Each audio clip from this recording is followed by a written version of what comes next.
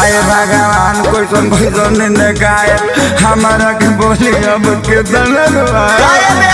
Depression में आ गया काहे भगवान कैसन कैसन दिन देखाए हमारा के बोली अब के तना दबाए पवन माचा मिले हमारा बाराबादी में हमारा बाराबादी में।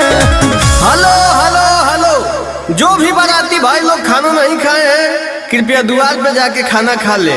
ए भाई हाँ ये गांव के हुआ। हाँ हाँ ये का करे के बा बोल अरे ना तो करे के का बा बरतिया है लिया बा खाना खियावा। काहे भगवान तू कैसन दिन देखो लो हमरे के अरे जोरे मन रखो नी चलो चलो बोतल लिया बा आज बोतल चलाए के पराता हमारा अपने लभर के शादी में आज बोतल चलाए के पराता हमारा अपने लभर के शादी में।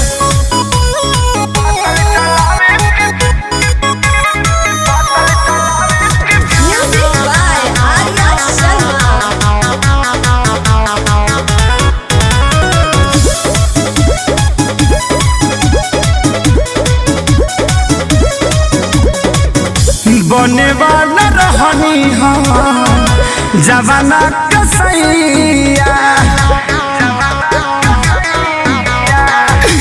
ई साला बुझता रे लड़की के भैया। टेंशन मत लीजिए गलत फैमिली हो गया होगा। बने वाला रहनी हम जवाना कसैया ई साला बुझले लड़की के भैया लागी कोई हमारा लभ के आजादी में प्यार के आजादी में। का भाई हमरा पतल में के पूरी खत्म हो गइल बा तारा लौकत नहीं खे।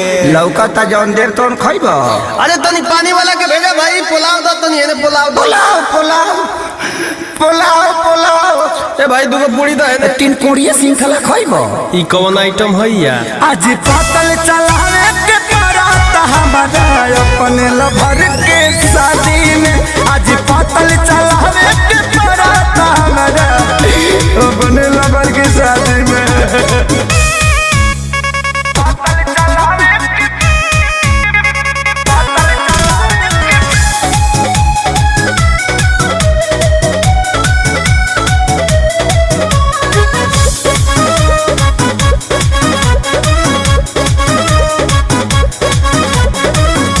यादो राज खेसारी भाने अकेले जिली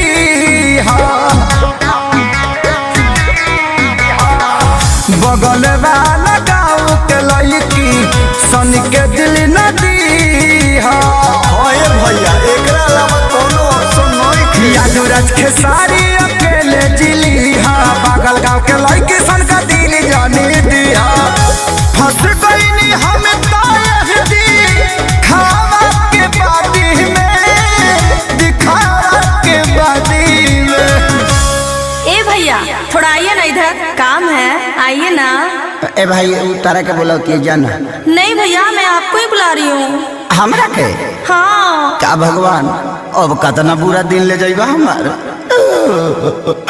आवता दी आज पतल चलावे के पराता हमारा अपने लवर के शादी में आज पतल चलावे के पराता हमारा अपने लवर के शादी